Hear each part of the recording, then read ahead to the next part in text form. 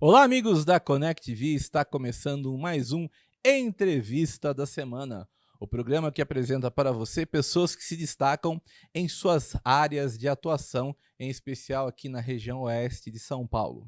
E hoje o nosso convidado vem da cidade de Osasco, e olha só, ele é tão famoso em Osasco que ele inclusive já saiu neste livro, que é um livro tradicional lá em Osasco, Quem é Quem em Osasco. E ele está aqui hoje para falar para a gente de vários assuntos, mas um pouquinho também sobre previdência. Ele também vai nos dar umas dicas. O Francisco Cordeiro da Luz Filho, ele é presidente do IPMO. Tudo bom, Francisco? Como você está? Tudo bem? Como é que está você? Tô bem, um prazer receber você aqui, viu? É um prazer estar aqui com você, viu? Francisco, antes de mais nada, eu queria que você explicasse para o nosso telespectador o que significa IPMO. IPMO é o Instituto de Previdência do município de Osasco, né? No Brasil, nós temos dois regimes de previdência, o regime geral e o regime próprio de previdência social, o RPPS, né? Então, o IPMO é um RPPS. Ele é um regime próprio de previdência social que tem as prefeituras, o Estado e o governo federal, tá? É a previdência, vamos dizer assim, do setor público, tá? Entendi. Então, no caso, o servidor público que trabalha na prefeitura de Osasco, quando ele se aposentar, será através do IPMO e não do INSS, correto? Isso. Ele contribui para o Instituto de Previdência durante a vida laboral e será aposentado pelo Instituto. Aquilo que ele contribuiu para o INSS, nós pediremos a restituição desses valores, tá? Do que foi pago, já que nós vamos pagar a aposentadoria dele até o fim da vida dele. Ah, entendi. Então é possível fazer essa portabilidade. Por exemplo, o cara trabalhou 10 anos numa empresa privada, carteira assinada, tudo bonitinho, mas passou no concurso, entrou na prefeitura e não perde esse tempo de contribuição. Não perde, ele é contado e aquilo que ele contribuiu, o Instituto vai solicitar a devolução para o INSS. Ah, que legal, bafana, muito bom. Antes da gente falar um pouquinho mais sobre previdência, vamos falar um pouquinho mais da sua história. Você é mineiro, é verdade isso? Mineiro, nasci em Teófilo Otoni. Teófilo Otoni, que bacana. Morei em Belo Horizonte e de Belo Horizonte eu vim para São Paulo em 1969, né? Nossa, faz tempo. E o senhor tinha quantos anos quando você veio para São Paulo? Tinha de 13 a 14 anos, né? E deu tempo de você ter time de futebol lá ou você tá torcendo para um time de cá? Não, lá eu torço Cruzeiro, né? Ah, você é cruzeirense? Cruzeirense até hoje. Ah, que beleza. Agora tá feliz, né? O Cruzeiro tá bem, né? Agora tá bem. Aí aqui em São Paulo o senhor não se apaixonou por nenhum time, não? Santista, sou santista. Ah, santista? Desde criancinha. Quer dizer, não muito criancinha. Ué, mas a criancinha não era o Cruzeiro? Criancinha era Cruzeiro, agora quando eu mudei para cá virei santista, né? Ah, legal, bacana. Você veio para cá com 13 anos para São Paulo, então. Para São Paulo. E você se formou, se estudou em que área de atuação?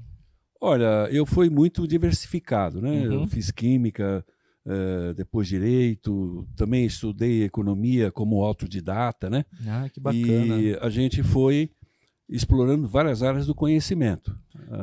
O importante é que a gente entender o mundo, né, de uma forma mais abrangente. Então, eu tenho interesse por todas as áreas, né? E o senhor estudou em São Paulo mesmo?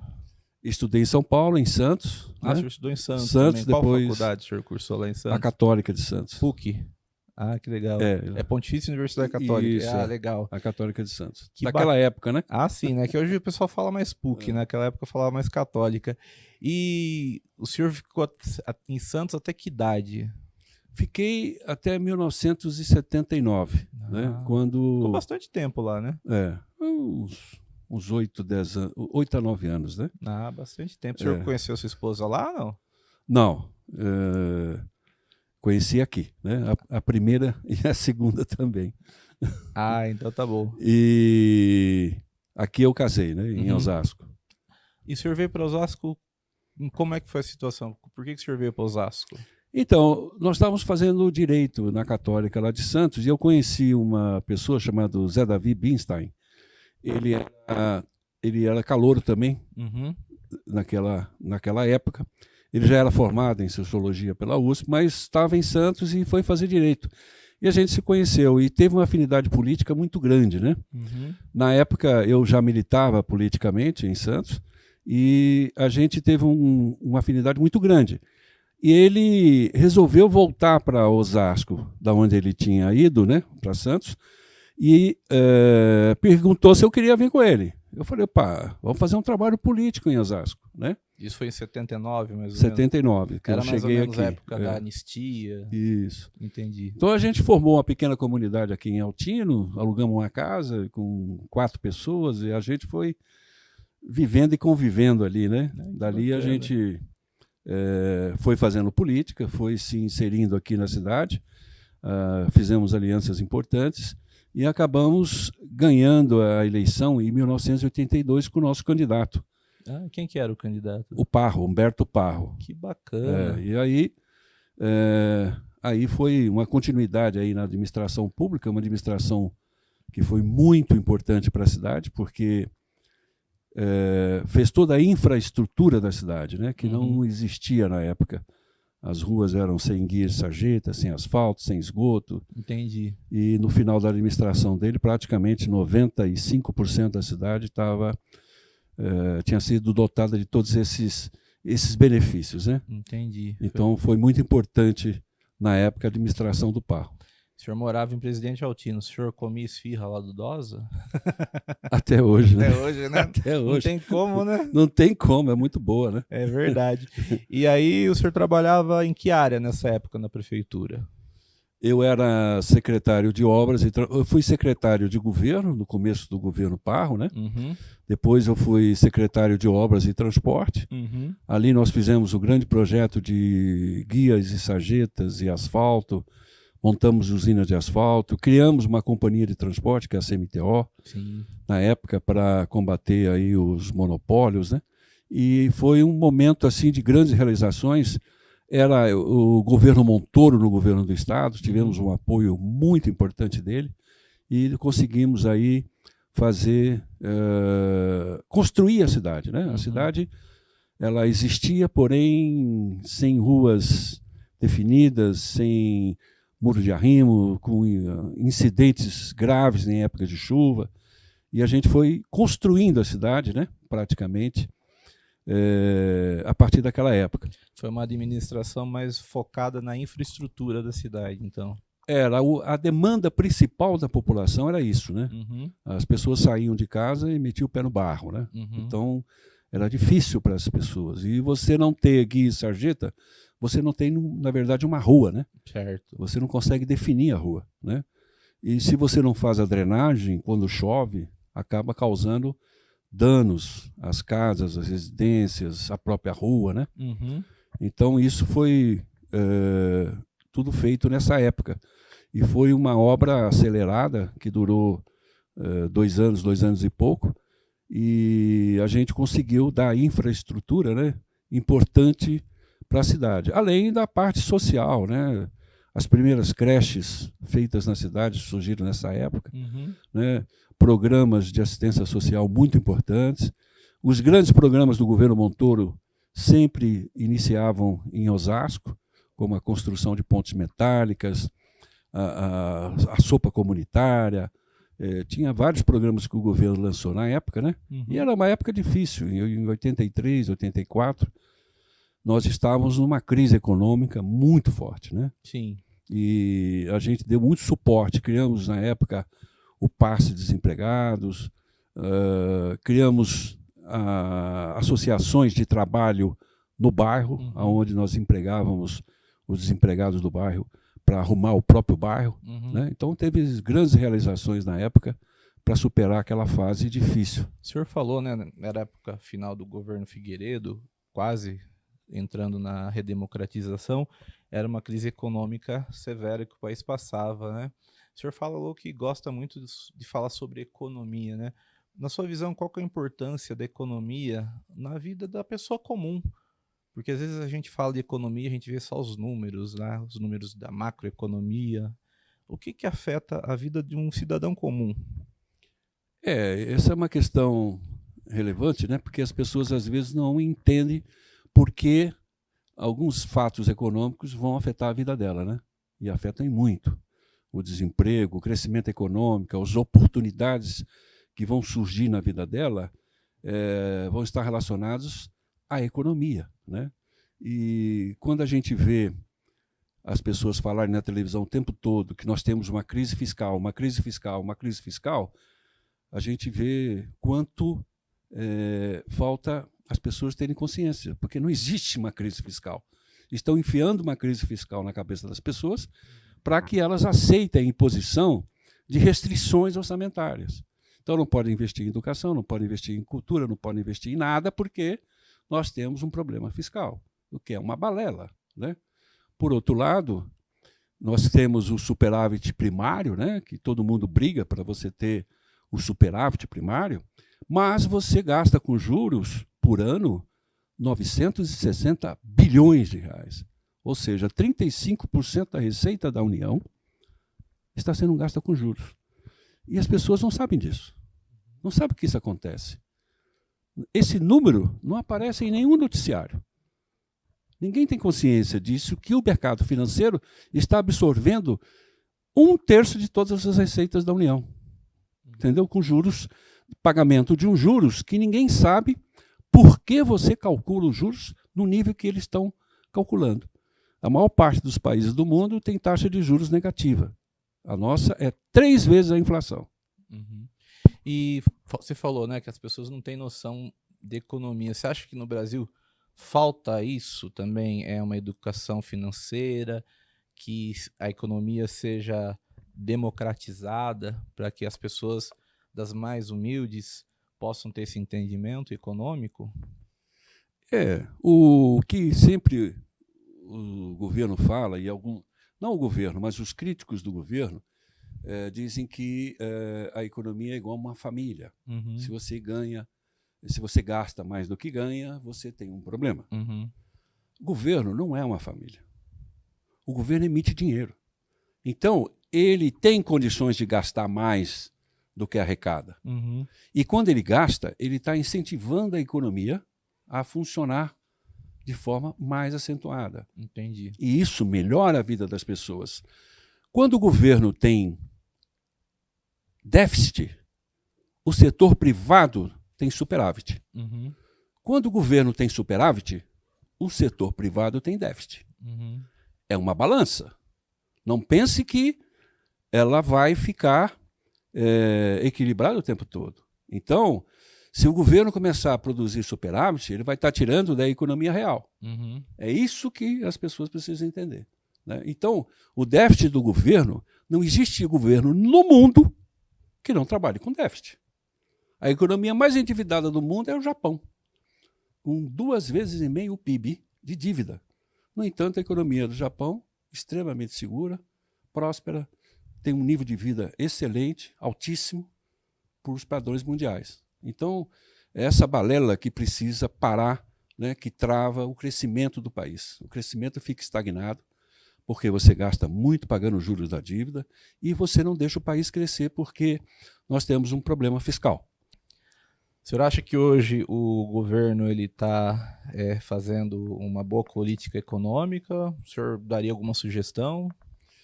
Não, o governo está num caminho muito positivo, né? Porque ele gasta nos setores que precisam de recursos. E isso tem feito um crescimento da economia consistente. Tanto que nós crescemos 3%, esse ano a gente vai crescer mais de 2,5%. E a taxa de desemprego vem caindo. Sim. Né? Isso é um sentido de que a economia está aquecida. Por outro lado, tem os chamados monetaristas, pessoal ligado aos bancos, ao sistema financeiro, que dizem que isso nós estamos gerando um déficit. Uhum. Esse déficit público, né, ele não pode, porque nós temos que economizar para pagar os juros da dívida, né?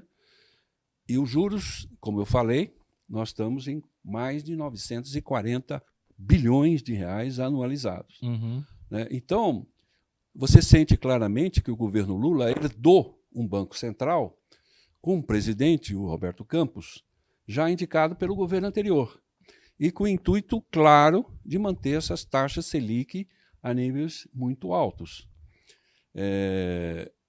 Entrou agora o Galípolo, que eu acho que, essencialmente, a coisa mais importante que nós temos que fazer é reduzir essas taxas de juros, principalmente da Selic, a níveis condizentes com o mercado internacional, né? Nós não podemos pagar 3 vezes a inflação pela Selic, através da remuneração dos títulos públicos que estão no mercado. Eu sinto que o governo está perseguindo um objetivo, que é reduzir essas taxas a níveis razoáveis, né?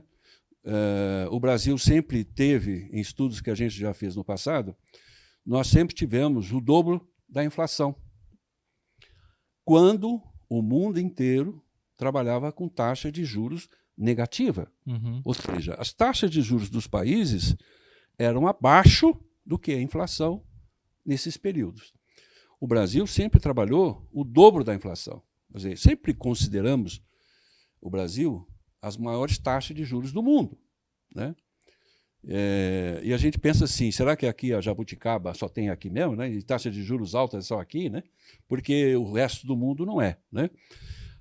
Você vê claramente que o governo tenta romper com isso, né? E não cair no conto do déficit público, como eu falei anteriormente. Se esse déficit ele vai beneficiar a economia como um todo, as empresas e tudo. E hoje você tem, com essa taxa de juros altas, um problema grande com as empresas, né? As empresas saíram da Covid com dificuldades e hoje tem problema de refinanciar suas dívidas, né? E a gente está aguardando, então, com essa mudança no Banco Central, que o Galípolo, que é o novo presidente do Banco Central, comece essa redução das taxas a níveis razoáveis, né? A níveis que não precisa ser abaixo da inflação, mas pelo menos para fazer boa política monetária, você não precisa ter uma taxa tão alta como tem hoje, né? E eu acredito que isso vai acontecer nos próximos meses, né? Entendi, Tá? entendi. Muito bom. Agora, voltando a falar um pouquinho de outra parte da economia, né? Que é a aposentadoria, previdência. Fala-se muito do déficit previdenciário, né, do INSS, sempre tem essa notícia antiga, né, rombo da Previdência e tal. Como é que é essa realidade no IPMO? É diferente? Como é que é feito o cálculo? Explica um pouquinho para a gente. A reforma da Previdência que ocorreu em 2019, a 103, né, que foi aprovada, a reforma da Previdência, se falava muito do déficit da Previdência, né? Então, eles colocavam dentro do pacote os militares, os grandes salários do governo federal. Aí você tinha um rombo monstro, né?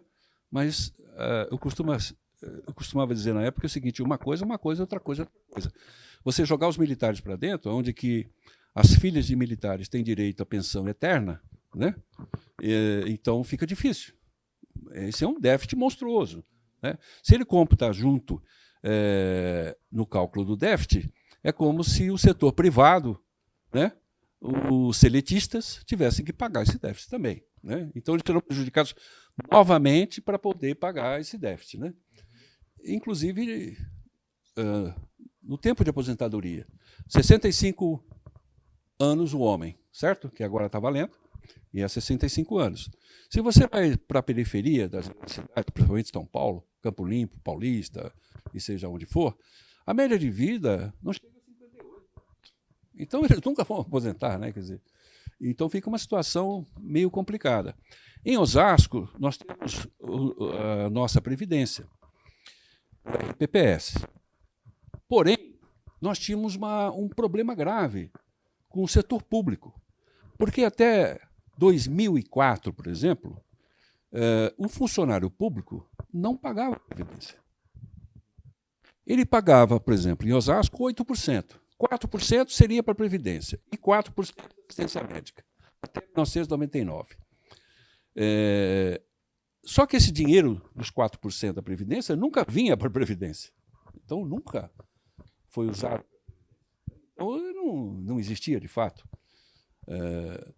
A partir de 2004, as reformas da Previdência, a emenda 20, depois a 40, a gente começou a acumular recursos. Então, o desconto do funcionário passou a vir para a Previdência, para o Instituto da Previdência. E a parte da prefeitura patronal também veio para a Previdência. A partir dali, a gente começa a acumular recursos.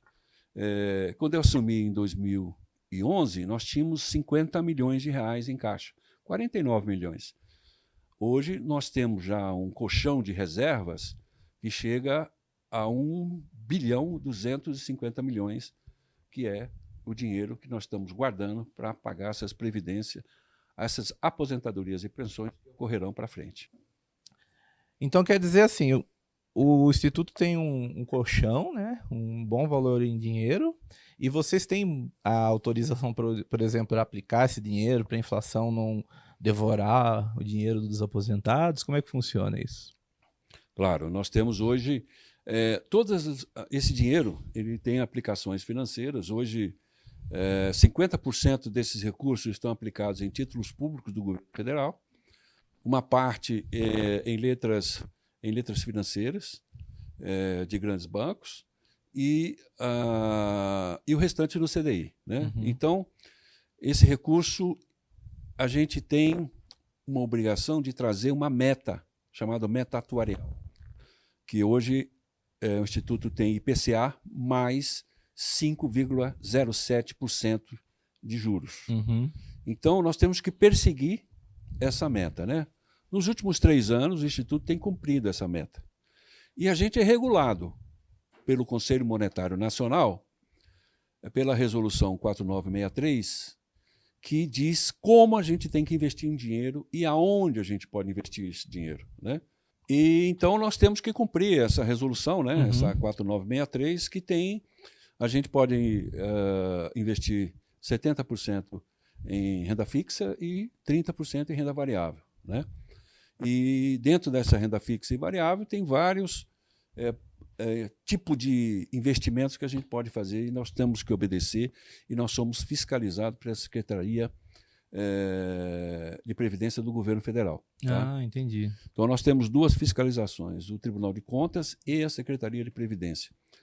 Pela Lei 9717, nós temos ligação com o governo federal, com a Secretaria de Previdência, e temos que prestar contas a eles, não só dos investimentos, mas de todas as outras medidas que a gente toma.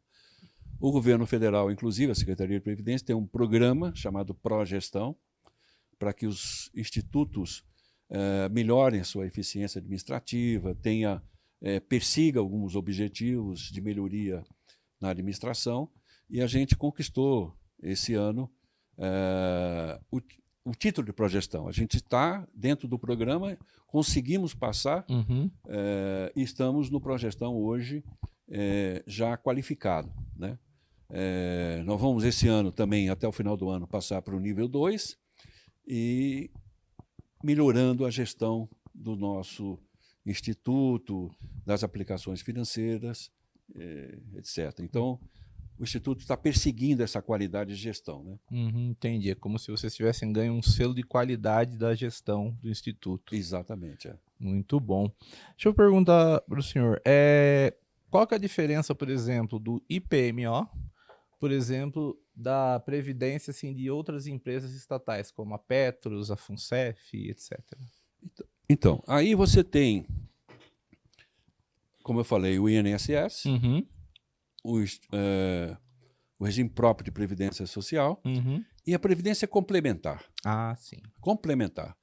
Por quê? O INSS ele vai pagar até 8.120 hoje. Uhum. Né? Osasco também está com esse limite já. Em 2019, É o teto. a gente fez a previdência complementar, e o teto de pessoas que entrarem a partir de 2019 Uhum. terá o teto da previdência. Se ele ganha mais, ele pode contribuir para a previdência complementar. Entendi. Vamos supor, o teto é 8.000, ele ganha 14. Ele pode pegar 6.000, aplicar, por exemplo, em Osasco, nós fizemos a complementar, Uhum. ele vai pagar só 8,5%, em vez de 14% que ele paga até o teto. Ele vai pagar 8,5%. Uhum. E a prefeitura vai pagar mais 8,5%. Então são 17%. Entendi. Que esses valores vão para a Previdência Complementar. Uhum. Tá? Quando ele chegar no momento da aposentadoria, ele vai ter esses recursos acumulados lá na Previdência. Será o recurso que ele acumulou. Tá? Ele não vai ter direito a complementar o salário com esse recurso. Mas esse recurso acumulado é dele.